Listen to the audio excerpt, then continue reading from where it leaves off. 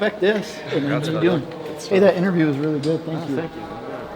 Turned out good. That's all you, man. Oh, no, man. It was your makeup job. Put my shirt on real quick. I didn't expect all these people, man. This is not bad from a hillbilly from Tennessee. All these cameras in my face. Man, I've come a long way. Mom would be proud of me. Does it bring the same level of gratification when you like stopped in between rounds? I mean, obviously you put in some real good work there, but is it a feeling if you like actually finished them? No, I don't think so. I think if, to get a knockout or something like that is the ultimate feeling, but it's gratification in a different way. I mean, some of those shots, a lot of guys would have went down and stayed down on a couple of those shots. Like my hand is so sore, my knuckles. He took some hard shots, but there's a gratification in the fact that I'm a dog too. I'm never going away. None of these guys, like I said the other day to you, nobody shut me out. Nobody's completely smoked me or anything like that on any of my losses. It's all close. I'm a dog, so he got a knockdown, put me on my butt there, but all that did was piss me off. And I came back forward, and I think once he did that, he hit me with his best shot and then realized, man, this dude ain't playing. This kid is going to keep coming forward and be in my face. I don't want any more of that. I didn't sign up for that. I know you told me before the fight you really wanted that Donald Cerrone moment in the cage with your little man. How'd that feel to actually have that come to fruition? Man, it's a dream come true, really it is. It's a different purpose now. It's a different sort of purpose with fighting. Before it was anything I could do to avoid the real world for a little bit, fighting for myself and to be the best I could be. But now with the family and for him, it's a different purpose. So to be able, and he's too young, he won't remember it, but he's going to be in those picks. And to be able to share this with him is so special, man, because I've openly said it, but I came up without a dominant father figure. So I had to learn a lot on my own. So, for me, it's being a dad is about showing him how to achieve goals, and this is my platform to do that. I'm not going to tell him how to do things. I'm going to show him. So when he looks back, he knows, hey, Pops, he set a goal. He had a dream. He went up there and he put it all on the line for everybody to see, and this is how he got it. He didn't talk about it. He went out there and did it. So, to show him, that's the ultimate, for me. How much of that background of not having a father figure is behind you doing this as a career? Because a lot of people find gangs that way. Yeah, I think it's a cliche story, and I'm kind of jaded towards it because a lot of media outlets and UFC, and it's not your fault. Everybody wants to know the story behind the fighter, and that's part of it. People want to know you. But I'm typical story. Troubled childhood, no dominant father figure, a lot going on. So all that story is the same. So now I feel like with my boy, I get another chance. But I tell people all the time I get some funny looks, but fighting changed my life. Fighting people in this octagon changed my life for the better, man. Taught me a lot of lessons learned through sport, but a lot of lessons the hard way, literally and figuratively. So, it's changed my life for the better, and I already can't thank this sport enough for what it's given me. Scott, you talked about getting a top 15 fighter. Do you have anybody specific that you want to fight, or just anybody top 15, top 10? Yeah. I'd love to have the winner, Guida and Miller. I'm not sure where they're ranked, but I know they're both Hall of Famers. I think that's cool. You know what I mean? Like, give me one of those Hall of Famers. That'd be awesome. But if not, everybody's equally tough, man. It's like people pick and choose, but it don't matter. Everybody's a bad day. You know what I mean? It's so, I don't know if one fights easier than the other in different ways. So, I'd love to have the winner of those guys or a Hall of Famer, but, I'm not the matchmaker. I don't know if I've ever gotten to choose a fight. So,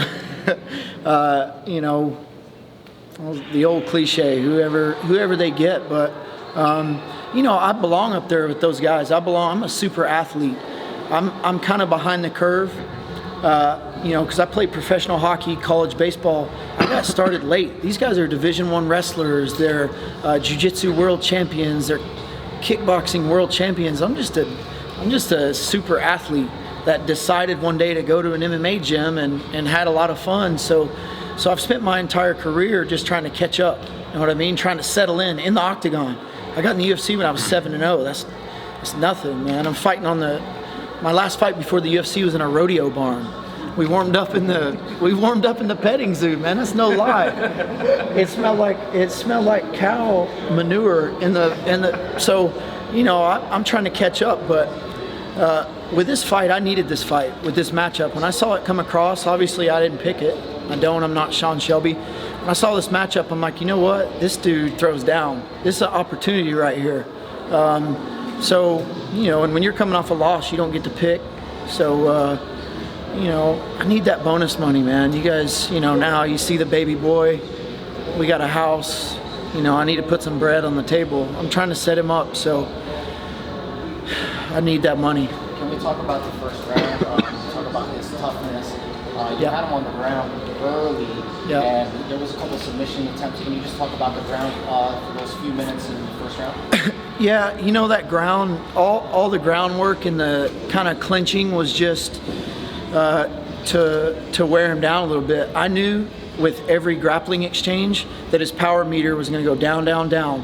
And some of the submission attempts, they were there. I squeezed for him, and they were good, but he was just, he's strong. He's a big guy too. Obviously, he missed weight.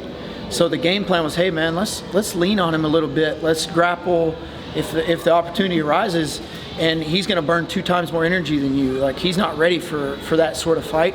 I squeezed on a few of them. They weren't quite there, but I knew that it was going to pay off for me near the end, and it did. It broke him. But they were there, man. It was just a penny in the bank for later in the fight. When your opponent missed weight, that told you something about him? Yeah, for sure. I think it always does. Because he tried hard. I had guys in the fitness gym at 6 a.m. working out, some of my training partners, and they said he was laying on the floor at 6 a.m. on the day of weigh-ins, and not making it. And then he didn't even weigh in until 10:45. And that's me already rehydrating for 2 hours.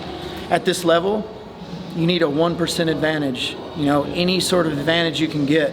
If I got 2 more hours to rehydrate than a guy, and he's depleted his body that much to make the weight, I'm seeing it as an advantage. It's another penny in the bank for later. Yeah. And you already fought twice in 2019. Yep. Would you like to fight a third time? Yeah, for sure. I tried to get on that Greenville card. That was, a month and a half ago, 2 months. I'm trying to ride it. Like I said, I got a new house. I got a baby boy. This is a different sort of purpose. This is that dad life, man. This is a different sort of fight. You know what I mean?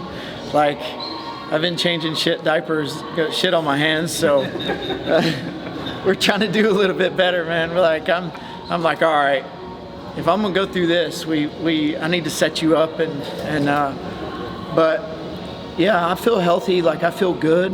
I don't have a lot of mileage on my body, I've had a couple hard fights, but I still feel great. Yeah. You mentioned you missed it on the Greenville card. Do you have a card in mind moving forward? No, I got to see what's out there. I always love Vegas. I love Vegas. I think we capitalized on a big opportunity tonight on ESPN.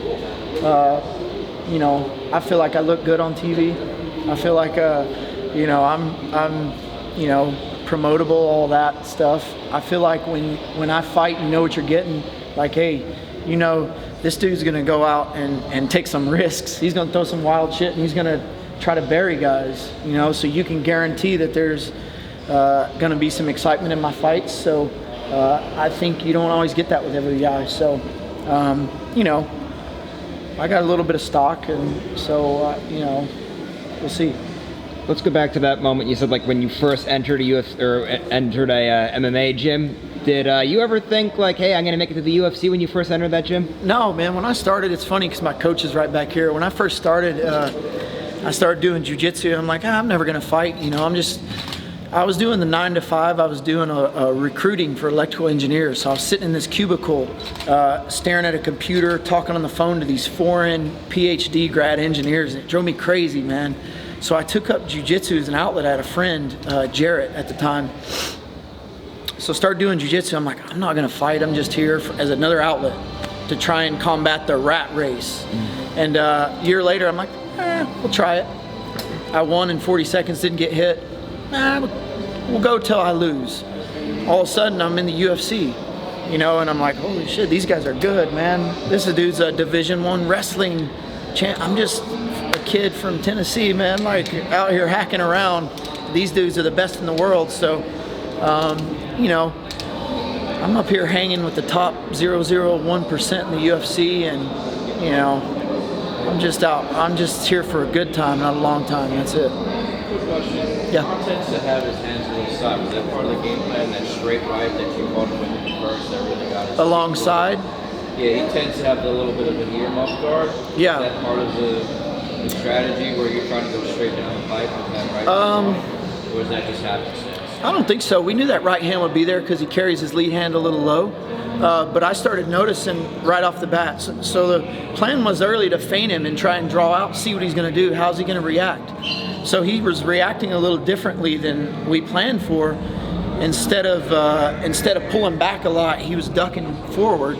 So that's when that uppercut came in. So I feinted him, zipped that uppercut through there and smoked him.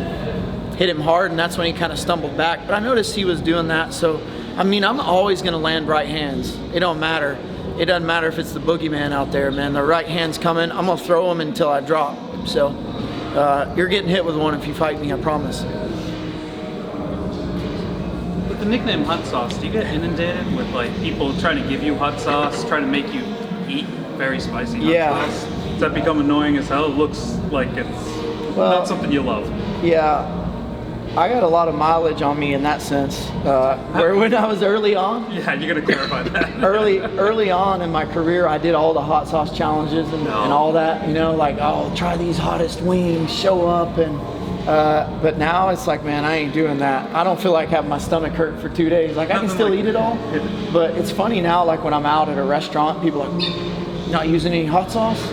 I'm like, hey man, this is dessert. What are you talking about? But you know, the nickname is true. I eat a lot of hot sauce. I eat it on everything, and you know, and like I've told you guys, I'm a simple guy. Like at first, I didn't want a nickname. You know, I'm not like a killer or axe murderer or a pit bull. I'm just a dude from Tennessee. So the hot sauce name is because I eat a lot of hot sauce, and I still do. Love it. No hot sauce sponsorship? We're working on it. I've done a spot for Cholula, but we'll see. Whoever's paying the most. But I may come out with my own hot sauce here soon. So we'll see. Thanks, Scott. Yeah. Appreciate it, guys. Thank you so much. Good stuff. Thank you very much.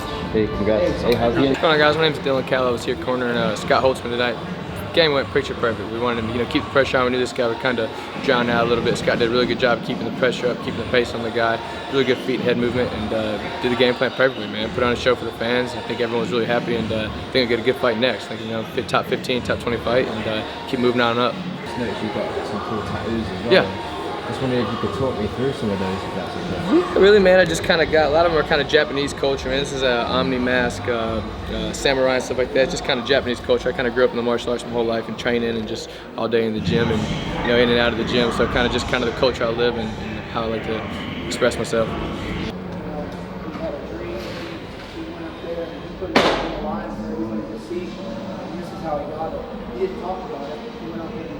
My name is Ben Harrison. Scott did exactly what he was supposed to do. Basically we were just going to beat him everywhere. So we knew Scott was better than him everywhere, and he did that. So he stayed sharp with his striking. When he did, he was on point and just broke him down until the fight was over. So obviously he couldn't come back for the third round, and we knew that was going to happen, honestly. So we talked about that several times. Just keep doing what you're supposed to do, and he's going to go away. What's next for you guys? Probably just whatever the UFC throws his way. I know he says he wants a top 15, top 20 opponent next time. So Scott is one of those guys who's always trying to challenge himself. It's an extremely admirable thing, quality about him. So he's not here just for a mediocre showing. All right, he wants to give it his all. So. Fighting still having one? The MMA fighting? I swear to God, drink. I wish my wife was here. Yeah. Every other day I drink that. That's the best mug ever. Yeah. Huge. Awesome. I'm gonna send you a pic of it. All right, yeah. Right when I get home, I'm sending you a pic of it. Yeah. Favorite mug in the world. Yeah, awesome, I appreciate man. it. Yeah, no problem, dude. Yeah. We got it. Led him to that uppercut. I was like, yeah, he's over. Thanks right here. Yeah, that was a great fight. Was it just coffee? Fuck. Hey, water in that bucket right there.